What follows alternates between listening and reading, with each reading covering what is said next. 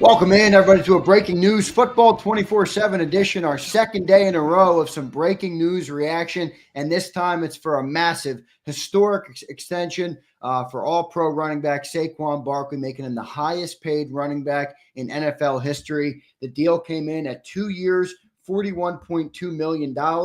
It's an extension on his deal he signed a year ago. $36 million fully guaranteed with an extra $15 million in incentives that Saquon can go and get. It does save the Eagles $6.7 million in cap space this year. Cap came down from $13.75 million was his cap hit before this deal, and it's down to around $6.8 million. And he is the first $20 million running back in NFL history. I want to welcome and thank everybody for being here. Hit that like button on the show. Johnny Mac, your first reaction to that news, brother. Saquon Barkley, the highest paid running back in NFL history.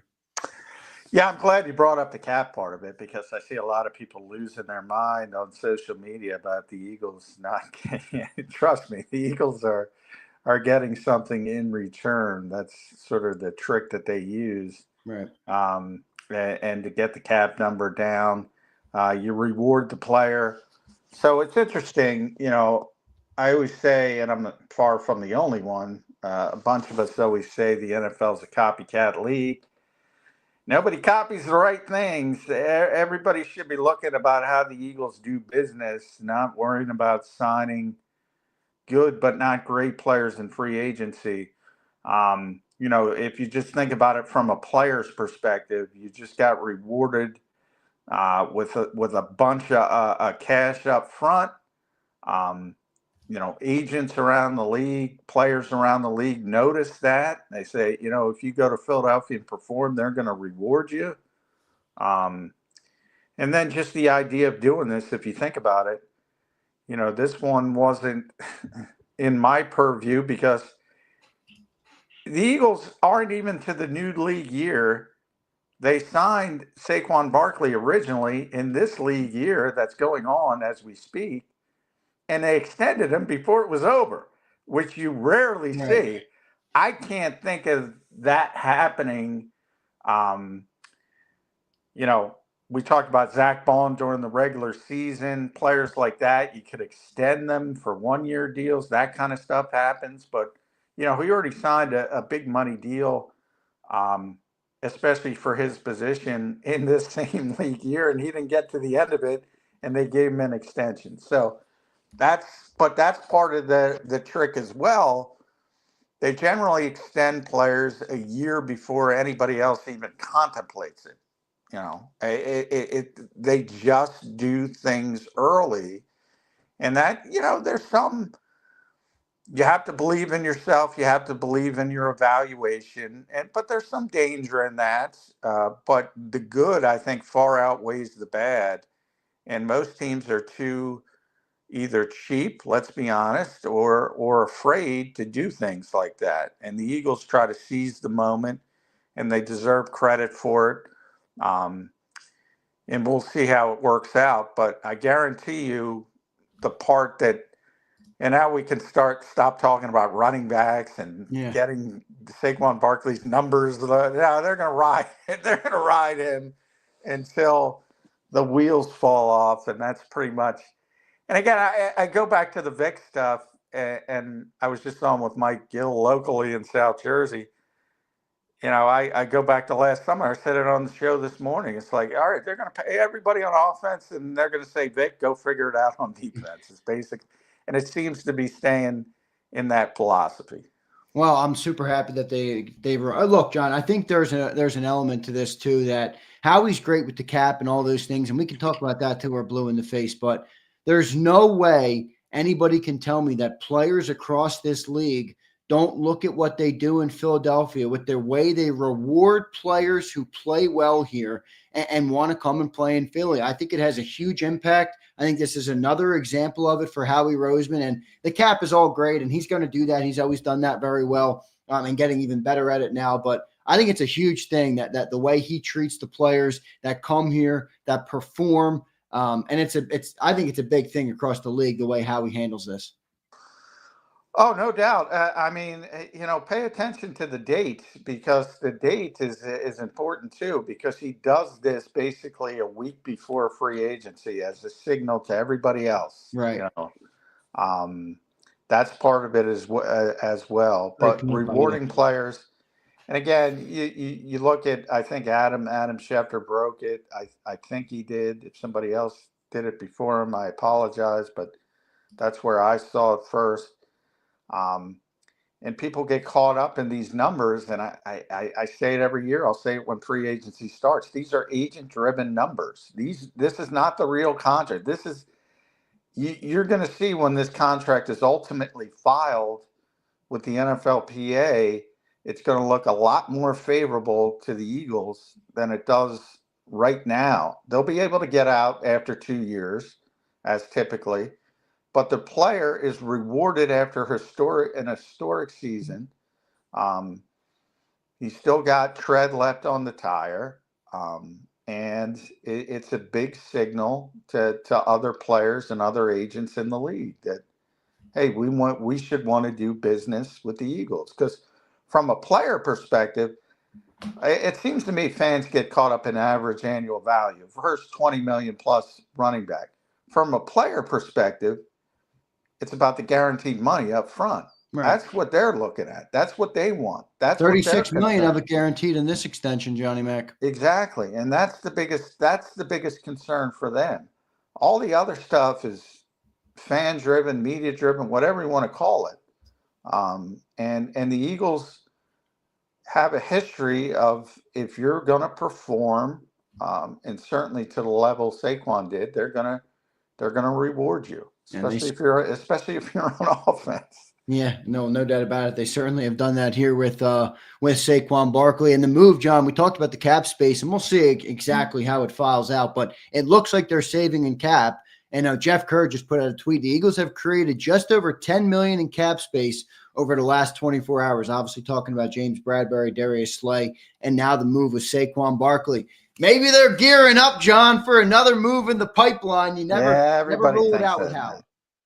I mean, everything folds into everything else, but I do think people get too linear with that kind of stuff. They're not doing this to create space to get Myles Garrett. They're doing this overall philosophy, right? As an overall philosophy, an overall plan, and everything bleeds into everything else. But no, there's not. It's never as linear as people want to make it out to be and say, "Oh, this is because of this."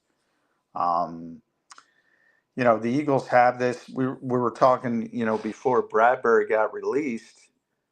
A little bit surprising to me, because you only have 2 of those post June 1st moves, and now the Eagles have exhausted that with Slay and Bradbury.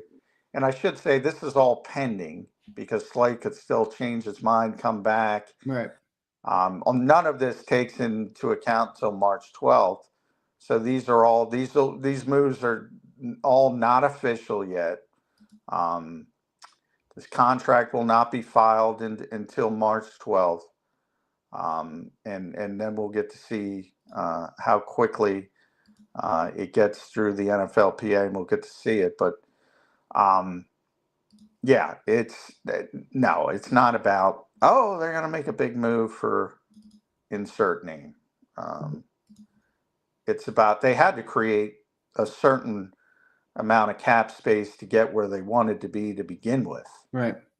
Just to generally do business. So they were always going to have to make a decision with Slay. They were always going to release Bradbury. Now this one's a surprise. I didn't see it coming this early, but it should never be that big of a surprise, because they think about this stuff before other teams think about this stuff. Yep, they do. And it's that organizational philosophy you talked about is certainly working, and it puts them ahead of the curve. For those listeners of Xander Time after Birds 365, we talked about this extension potentially coming this offseason, and here it comes. John, I'll point to this. I think this move today has made another free agent even more important now, and that's Mekhi Becton, because this obviously signals the Eagles are going to double down on the philosophy they had this year. Now, they might try and build on it, as you'll talk about on Birds 365, but they're going to stick to running the ball. They're going to run Saquon Barkley, and I think that makes Mekhi Becton the next guy you have to get under contract. I don't want to go this far, but you could maybe argue Mekhi Becton's one guy that might be more important now, the most important free agent to get under contract. You think Mekhi Becton will get done because of this, or could it be the opposite?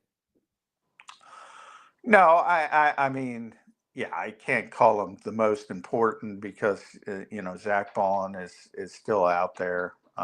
He's just not as big a money player as Milton Williams is going to be, as Josh Sweat or Zach Bond are going to be. But he's important, and I think the Eagles will have the so-called walk-away number. I don't know what that's going to be. But if it gets too high, they'll go in a different direction. We had Devin Jackson on talking about the kid from North Carolina State. Yep. It's interesting because I didn't ask him that question before, and I wrote about Anthony Belton when he was at the Combine and confirmed that he had a top 30 visit scheduled with the Eagles, and I compared him to Mekhi Becton. He played tackle. He's massive. What the scouts I talked to told me about him. He's sort of a leverage player. That's what Jeff Stoutland did. You have to decide. He's so big. If you play him inside, you have to decide as a linebacker where you go and leverage. You got to make a decision, in or out. In or out. You can't even get around that big body. That's sort of what happened with Mekhi Becton. And you have a running back who can read that and take advantage of it in Saquon Barkley. So while I do believe they want Mekhi Becton back, I do believe it's another strong point of Howie that we always talk about. He's got contingencies. He's got stuff in the pipeline that if it doesn't work out, he's going to get a similar player that Jeff Stoutland may want to keep this running game humming at a high level. No doubt about it. And they did that today. Johnny Mack, we said it earlier in the show, but this really does, man. And I love how you pointed out the date a week before free agency. This sends a loud and clear message in my eyes around the league. Eagles reward elite players, people with elite money, guaranteed money. And I think you're right. Offensively, definitely offensively, we'll see what they do defensively. But it's a great message, and it's a good thing to have around your organization, John, that type of perception of your front office, that you reward players who play great. Because at the end of the day, that's what these players want, man. They want to be rewarded for the work, for what they provide to a team, and feel like they're paid their value. And the Eagles, I think, for the most part, do that. Yeah, I can't believe more people do not copy the way they do business. I can't believe it. Yeah. I can't believe that nobody else is saying, hey, let's do what they do.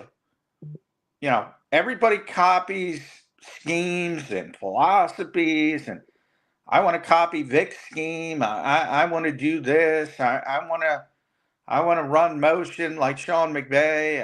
Everybody copies that, or they want to copy that, and they don't copy what makes the Eagles the Eagles.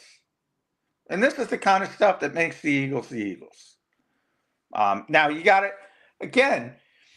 It all comes down to evaluation of players, and you got to get the players correct. And the Eagles have done that pretty consistently over the past couple of years. And they've gotten stuff wrong. They got Bryce Huff wrong last year, but they understand that's baked into it. You're going to get things wrong occasionally, but if you keep doing it, it's going to have a good result. And that's what they've been doing. And again, you think about Isaiah Rodgers getting suspended. We talked about him a little bit today. Everybody could have signed Isaiah Rodgers for nothing, essentially, for a 1-year veteran minimum deal like the Eagles did. Right. You didn't even have to pay him until he got back because it told. And nobody did it because they don't think that way. They think, oh, Rodgers is suspended. When he's reinstated, we'll think about it. Right. And the Eagles are like, no, that's a pretty good player. Let's get him under contract. We don't have to pay. They didn't pay him a cent that entire year because they weren't allowed to pay him a cent because he was suspended. but they had the contract when he came out of it. They had the contract ready to go. Then they didn't have to worry about the 6 or 7 other teams that would have taken a shot on him, because they would have said, "Oh, Rodgers is back in the mix." It's amazing to me how these other organizations are so far behind the 8 ball.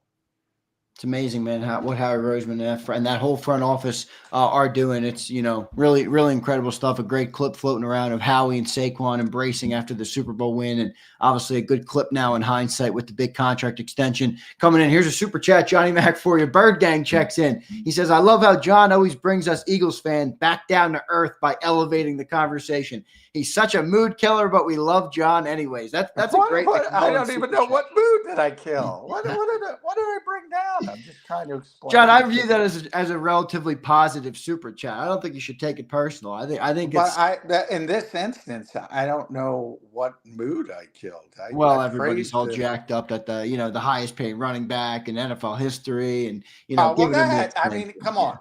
If you were doing my job, Bird Gang, for 20 years, and people get all excited about when Schefter releases a contract, and 99.99% of them don't end up what they are as advertised, pointing that out to people should be, you guys should know that by now.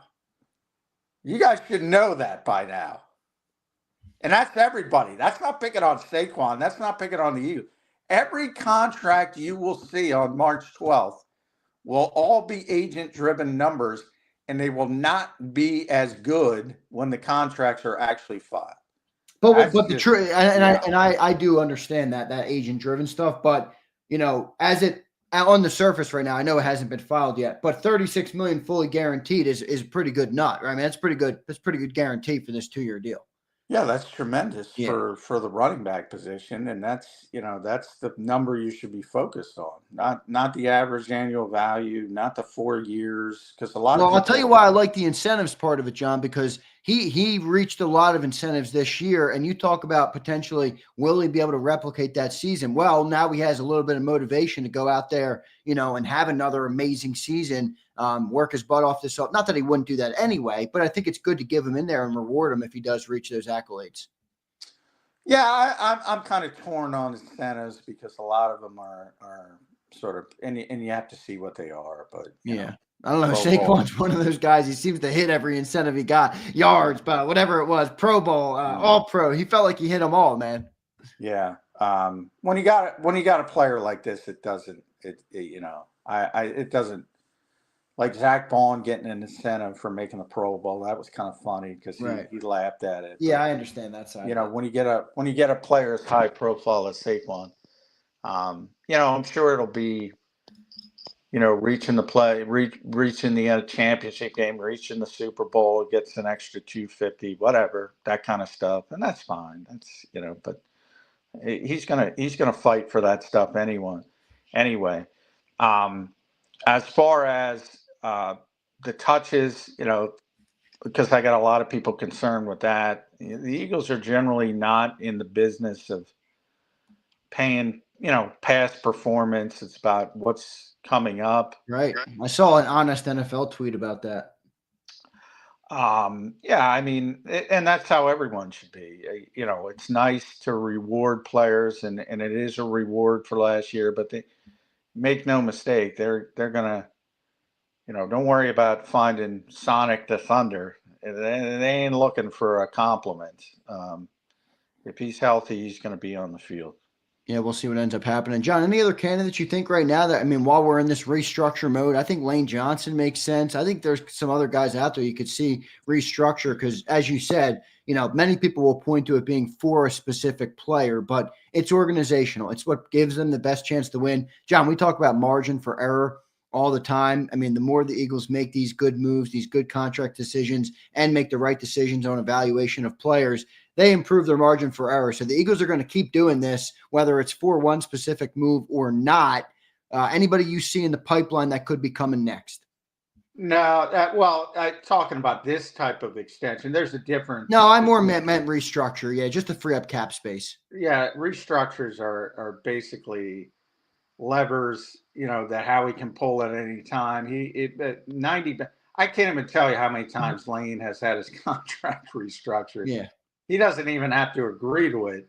The vast majority of players, the Eagles have gotten to the point where they can restructure and they don't need the player's approval. So when they need space to get a restructure, you'll see the restructure. You generally turn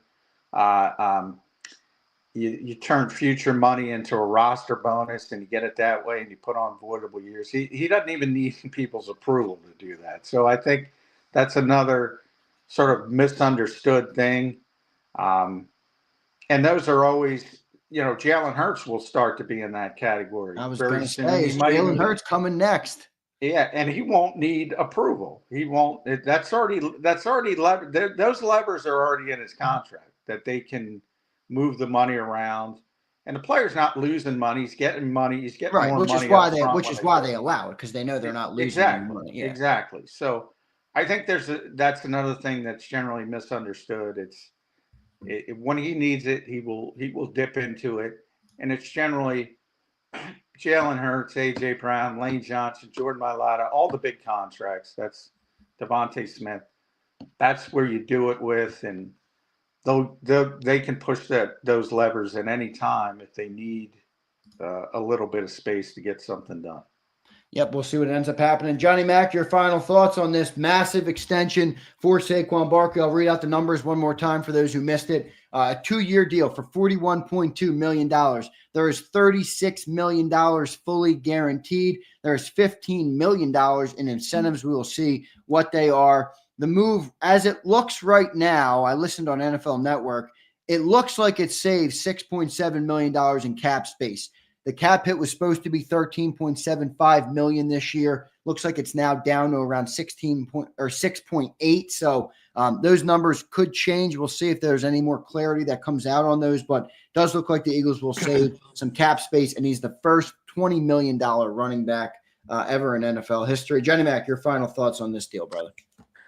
Yeah, I don't know the exact amount of cap space the Eagles are going to save, but they're going to save cap space in the short term. I know. I see somebody online saying it's all fake news. They're not saving any cap space. I'm pretty sure Howie's getting something out of this. I don't know who said that, but they're saving money on the cap, and you'll see that.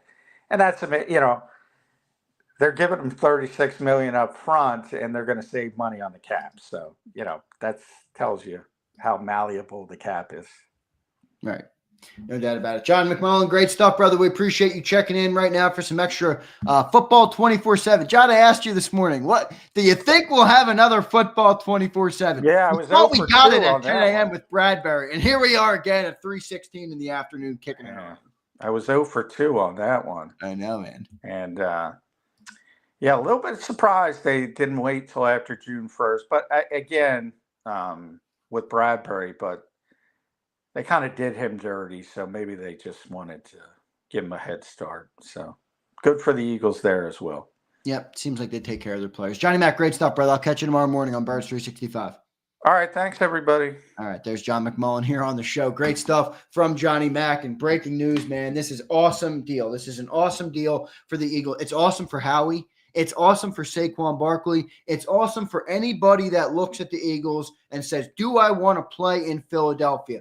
Myles Garrett. Even forget people who aren't in our locker room. Imagine the people who are in our locker room. You're a guy like Nolan Smith. You're a guy like Jalen Carter. You're a guy like Zach Bond. You're a guy like Quinyon Mitchell and Cooper DeJean. Think about that. Cam Jurgens.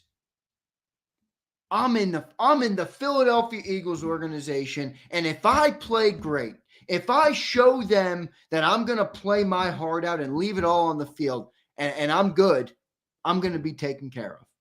I think that's a great feeling if you're a professional, because look at T. Higgins in Cincinnati right now. Dude's had a couple dominant years, one of the best receivers in the NFL, and he's franchise tagged for the second year in a row. Sucks. Not all organizations are created equal, and I tell you, the Philadelphia Eagles players and this front office, this ownership, there's no bigger feather in their cap than the way they handle these contracts, their star players, and rewarding people for what they've done for the city. So it's amazing what they've done. A big shout out to Howie Roseman for getting this done, the entire Eagles front office, the whole staff. They got a lot of people under Howie that don't get enough credit, but man, they do good work. And a 2-year, $41.2 million extension. So Saquon Barkley, baby, is here to stay in the city of brotherly love. I love it. I got to run, everybody. The National Football Show is live right now with Dan Cilio. I'm going to go over back to producing that sucker. I had to take a quick hiatus, put the producer chair, and I'll put someone else in the producer chair, and I will be getting back to that work right now. So appreciate you checking in. That's going to do it for today's episode. Saquon Barkley extended. In Philadelphia, the beautiful sight that is Saquon Barkley running off, whether it's in snow, in sun, whatever it is, in Lincoln Financial Field or on the road out in LA.